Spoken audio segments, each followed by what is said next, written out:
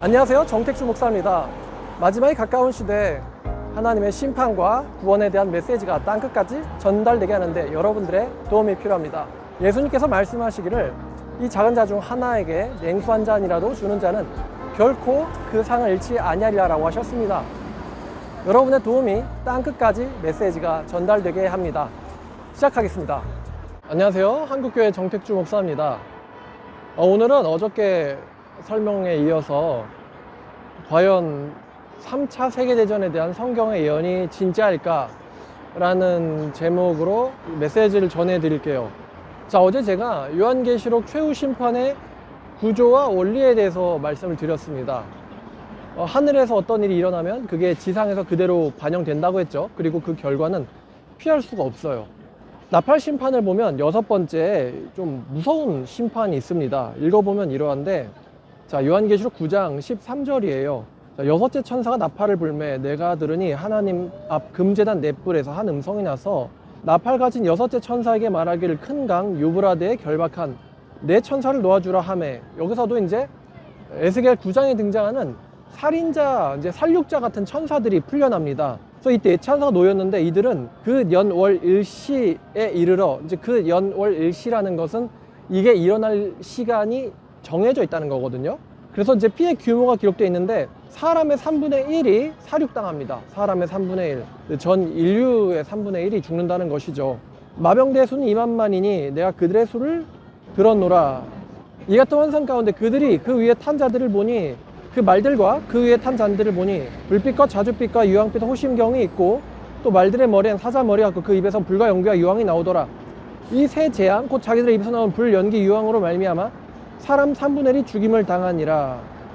이 말들의 힘은 입과 꼬리에 있으니 꼬리는 뱀 같고 또 꼬리에 머리가 있어 이것으로 해하더라. 지금 여기 우리가 본 적이 없는 기괴한 생명체가 등장을 합니다. 근데 말씀드렸듯이 이런 생명체가 등장하면 분명 인류는 연합군을 만들어 가지고 이 미지에서 온 이상한 괴 생명체와 전쟁을 하겠죠. 근데 이거는 천상계, 영적인 세계에서 일어나는 일이고요. 자, 20절. 이 재앙에 죽지 않고 남은 사람들이 손으로 행한 일을 회개하지 아니하고 오히려 여러 귀신과 또 보거나 듣거나 다니거나 하지 못하는 금은 동 목석의 우상에 절하고 또 살인과 복술과 음행과 도둑질을 회개하지 아니하더라. 자, 이렇게 이 재앙 이후에도 일어나고 있는 일에 대해서 설명을 하고 있어요. 이 기록은 오늘날 우리의 언어로 옮기면은 3차 세계대전이 될 것 같습니다. 왜냐하면은 1차, 2차 세계대전에서는 인류의 3분의 1에 해당하는 규모가 죽지 않았어요. 1, 2차 세계대전의 사상자를 다 합쳐도 1억 언저리밖에 되질 않습니다. 자, 그럼 지금 2023년 12월, 오늘이 크리스마스 이브거든요. 24일 현재 세계 전체 인구는 약 80억이 조금 넘습니다. 그럼 80억이 조금 넘는 인구 중에 3분의 1, 33%는 대략 한 26억 정도 되겠죠. 26, 7억 정도. 그럼 26, 7억 정도의 사망자가 생기는, 26, 7억 정도의 사망자가 생기는 전쟁이다. 그럼 이제 26억의 사망자가 생긴다라는 것은 이게 전 지구적인 전쟁이라는 뜻이거든요. 그럼 26, 7억의 사망자가 생기는 전쟁은 아무래도 패권 전쟁일 가능성이 매우 높죠. 그 정도 전쟁이라면 전 지구적인 전쟁이기 때문에. 그럼 이제 이런 질문이 가능합니다. 과연 요한계시록의 이 심판이 비유냐 아니면 말씀하신 그대로냐, 문자적 사실이냐 따졌을 때 어떤 분들은 야, 이거 말이 안 된다, 이거는 심판을 상징적으로 말한 것이다, 이렇게 말하시는 분들이 분명 있을 거예요. 제가 여러 요한계시록의 주석들을 보면서 일단 첫 번째가, 여러분 지금 시중에 나와 있는, 그리고 많은 사람들한테 읽혀지거나 혹은 유명한 학자들에 의해서 쓰여진 요한계시록의 주석들, 뭐 그 중에는 미래주의자도 있고요, 또 상징주의자도 있고요, 또 무천연설을 믿는 사람도 있고 전천연설을 믿는 사람도 있고 그렇겠지만, 일단은 첫 번째 문제가 뭐냐면은 기존에 나와 있는 요한계시록의 주석들이 너무 오래됐다는 것입니다. 너무 오래됐어요. 너무 오래됐다는 것은 무슨 뜻이냐면은 그 신학자들, 계시록을 기록한 신학자들이 지금 미래는 엄청나게 빠른 속도로 변하고 있어요. 예를 들어서 인류는 2010년부터 2020년, 지금 한 근 10년간 엄청난 기후의 변화를 겪고 있습니다. 근데 이제 그 주석들이 오래됐는데 보통 20세기에 쓰여진 주석들이거든요. 1990년대쯤에 기록됐다는 것이죠. 그럼 1980년대, 90년대, 뭐 이제 조금 더 늦으면 이제 2000년대 초반, 2002년 이때쯤인데, 그러면 그때의 신학자들이 과연 20년, 30년 지난 이 기후의 위기를 알고 있었냐 이거죠. 자, 그 사람들의 글을 읽어보면 그 사람들은 지금 우리가 겪고 있는 기후의 위기를 전혀 예측하지 못하는 것 같더라고요. 첫 번째 문제는 계시록의 주석을 쓴 사람들이 너무 오래됐다는 것입니다. 너무 옛날 세계를 배경으로 글을 썼어요. 자, 그래서 아마 이 요한계시록 나팔 심판의 첫 번째부터 네 번째까지의 나팔을 그 당시 이제 요한계시록 주석을 20, 30년 전쯤에는 이런 일들을 예상을 못했습니다. 자, 두 번째, 과연 인류의 33%가 죽는 요한계시록의 재앙이 문자적 사실이냐 아니면 비유냐? 비유라는 건 이제 일어나지 않는다는 뜻이겠죠. 사실이냐 비유냐, 저도 이게 여기에 대해서 좀 긴가민가 하고 있었을 때, 비유일까 아니면 정말 사실일까 긴가민가 하고 있었을 때 이것을 보니까 야, 이게 비유가 아니구나 라는 걸 알게 됐습니다. 그게 뭐냐면은, 자, 요한계시록 나팔 심판의 첫 번째부터 네 번째까지의 심판은 자연계에 대한 심판이거든요. 자연계 순서가 땅, 바다, 물, 공기 순서입니다. 땅, 바다, 물, 대기가 되겠죠. 자, 그럼 질문이 이것인데, 과연 세계의 나무들, 뭐 열대우림이든 아니면 야생림이든 야생림이 얼마나 남아있을까? 자, 첫 번째 나팔 심판을 보면은 첫째 천사 나팔을 보니 피 섞인 우박과 불이 나서 8장 7절입니다. 땅에 쏟아짐에 땅의 3분의 1이 타버리고 수목의 3분의 1이 타버리고 각종 푸른 풀도 타버렸더라. 지금 요한계시록 첫 번째 나팔 심판은 수목의 3분의 1이 없어졌다는 것입니다. 지금 요한이 보고 있는 건 어떤 영적인 세계에서 이런 일을 보고 있어요. 땅에서 불이 나와가지고 초목의 3분의 1이 타버리는 광경을 봤습니다. 그럼 우리가 이거를 지상에서 그대로 적용한다면은 뭐 여기저기서 막 땅이 갈라지고 마그마가 터져가지고 막 산들이 다 불타버리고 이런 거를 지금 우리는 예상을 하거든요. 문자 그대로. 근데 요한이 본 거는 영적 세계 일이에요. 결과는 지상에서 반영된다고 했습니다. 자, 제가 여러분들의 드릴 질문이 이것입니다. 과연 열대우림 혹은 야생림이 몇 %나 남아있을까요? 지금 요한계시록은 전체의 33%가 타버렸다라고 말하고 있어요. 자, 그럼 질문이 몇 %나 소실됐을까요? 야생림이 몇 %나 소실됐을까요? 이게 이제 질문이 되겠죠. 33% 이내라면 아직 심판의 때가 오지 않은 것일 것이고, 아니면 이 심판 자체가 비유일 수도 있겠죠. 제가 여러 야생림들에 대한 자료를 봤는데 많게는 78%까지, 적게는 66% 정도입니다. 66%에서 75%에서 8% 사이의 야생림 혹은 열대우림이 이미 소실됐습니다. 지금 우리는 그 여파를 겪고 있죠. 예를 들어 기상이변이라든가 아니면 세계 각국의 도시들이 해안선이 이제 수면이 높아지면서 저지되어 있는 도시들이 침수당하고 땅의 면적이 사라지고 이런 일들을 우리는 지금 겪고 있습니다. 자, 그 다음에 두 번째 심판 이거예요. 둘째 천사 나팔을 보니 불붙는 큰 산과 같은 것이 바다에 던져짐에 바다의 3분의 1이 피가 되고 바다 가운데 생명 가진 피조물의 3분의 1이 죽고 배들의 3분의 1이 깨지더라. 자, 여기 불붙는 큰 산이 바다에 던져진다고 했는데 우리는 이걸 보고 생각나는 건 운석이겠죠. 근데 운석이 떨어져 가지고 바다의 3분의 1이 피가 된다? 역시 자연스러운 현상은 아닙니다. 요한이 본 건 영적인 세계에서 일어난 일이고 그 결과는 현실에 반영됩니다. 자, 그럼 질문은 이것인데, 바다 피조물들, 그러니까 이제 물고기, 고래 이런 게 되겠죠. 바다 피조물의 몇 %나 멸종을 했을까요?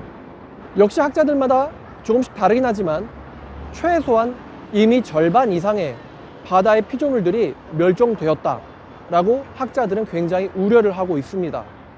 바다 피조물의 절반 이상이 멸종이 되었다. 물론 우리는 지금 지상에 살고 있고 물고기 외에도 먹을 게 많기 때문에 이것 때문에 굉장히 심각한 문제를 느끼진 않아요. 하지만 중요한 메시지가, 중요한 질문이 이것이죠. 몇 %나 멸종했느냐 이것입니다. 절반 이상이 멸종됐다고 학자들은 굉장히 우려를 하고 있어요. 자, 그러면 제가 말씀드렸듯이 요한계시록의 주석자들은 지금 우리가 겪고 있는 자연 생태계의 파괴를 아직 경험해보지 않은 시대에 쓰여진 주석들입니다. 그럼 제가 이제 이렇게 질문을 드릴 수 있겠죠, 여러분들한테. 첫 번째부터 네 번째까지의 자연계에 대한 심판이, 그 소실이 문자 그대로 혹은 그 이상 충격적으로 심각하게 소실되었는데 여섯 번째 심판인 인간의 3분의 1의 죽음이 기록된 이 재앙이 비유라고 봐야 할 이유가 있는가? 예요. 비유라고 볼 필요가 있는가? 물론 26, 7억이나 죽는 전쟁은 굉장히 끔찍한 일이겠죠.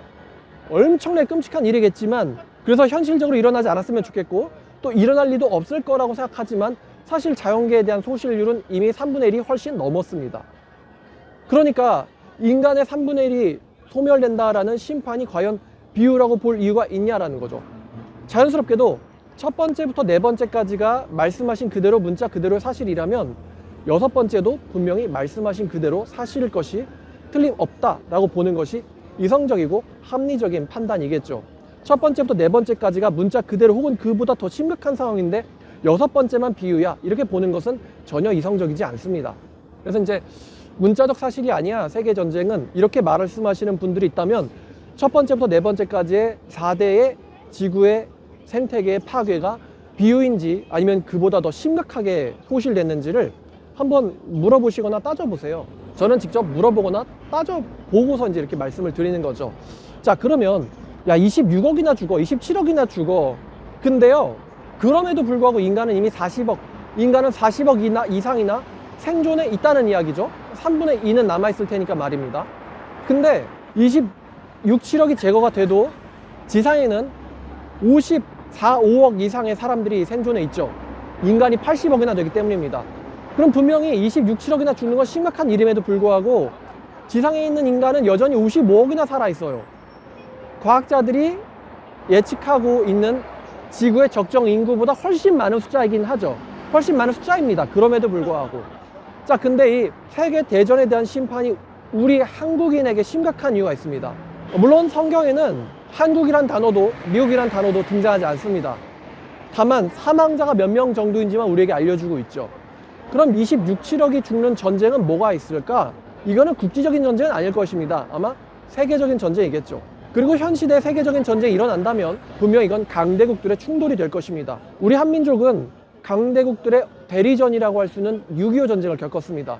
거기서 소련과 그리고 미국의 충돌 사이에 남한과 북한이 끼어서 대리전을 했고 그 결과 남한이 굉장히 거의 완전히 황폐하게 되고 완전 멸망할 뻔할 정도로 남한이 힘든 시절을 1950년대에 겪었었는데요. 자, 그럼 지금은 어떻습니까? 지금의 세계의 이 패권의 흐름, 움직임은 어떻게 되고 있느냐? 여기서 이제 이렇게 쇼핑하시는 분들, 이렇게 이제 돌아다니시는 분들은 전혀 느낌이 오시진 않겠지만 세상은 지금도 각국들이 군비 경쟁을 하고 있습니다.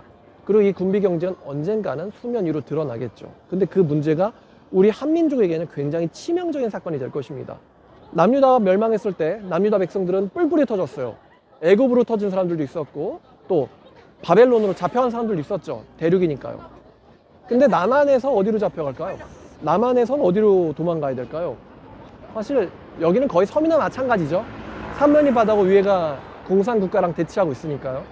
저도 생각하기 싫지만 이 사건이 우리 한민족한테 굉장히 끔찍한 일일 것임에 틀림없습니다. 자, 그리고 또 하나님께서 한국을 심판하셔야 될 이유가 있죠. 뭐냐면 하나님께서 자유를 주셨음에도 불구하고 사람들은 그 자유를 하나님께 영광을 돌리는 데 쓰지 않고 있기 때문이죠. 그리고 한국교회도 하나님에게 굉장히 큰 은혜를 받았음에도 불구하고 교회 다닌다는 사람들이 성경을 떠나고 말씀을 떠나고 하나님이 원하시는 이제 새 언약의 계약자다운 삶을 살고 있지 않기 때문입니다. 말씀의 계약자들다운 삶을 살고 있지 않기 때문에. 자, 그렇게 26, 7억이 제거가 되고 나서도 놀랍게도 성경은 또 이 지상에서 살아남은 사람들이 하나님께 회개하더라, 뭐 반성하더라 이렇게 나와야 되는데 여기 보면 이 사람들이 살아남은 사람들이 여전히 우상에게 경배하고 자기들의 살인과 복술과 음행과 도둑질을 회개하지 않는다라는 좀 어처구니 없는 이 현상이 역시 기록되어 있습니다. 인간이 그만큼 구제가 안 되는 존재라는 뜻이겠죠. 자, 이렇게 저는 지금 요한계시록 최후 심판 중에 3차 세계대전에 대한 예언이 참이냐 거짓이냐, 문자적 사실일까 비유일까에 대해서 여러분들에게 성경을 토대로 설명을 드렸고요. 성경과 이제 여러 연구자들의 데이터들을 토대로 설명을 드렸고요. 과연 이게 정말 비유일지 아니면 문자적 사실일지는 제가 드렸던 질문, 이 4대 자연 생태계들의 소실률은 과연 몇 프로나 될까? 여기에 대해서 스스로 한번 생각해 보시고 뭐 찾아보시고 뭐 검색해 보시고요. 이제 그럼 우리가 이 말씀을 듣는 우리가 해야 될 일은 뭘까요? 멸망전 예레미야가 무슨 일을 해야 됐을까요? 여러분들도 한번 직접 생각해 보시길 바랍니다. 여러분들이 만약에 남유다의 예레미야라면 어떤 여생을 살았을까? 지금까지 정택주 목사였습니다. 남아있는 평화를 유익하게 쓰자고요. 감사합니다.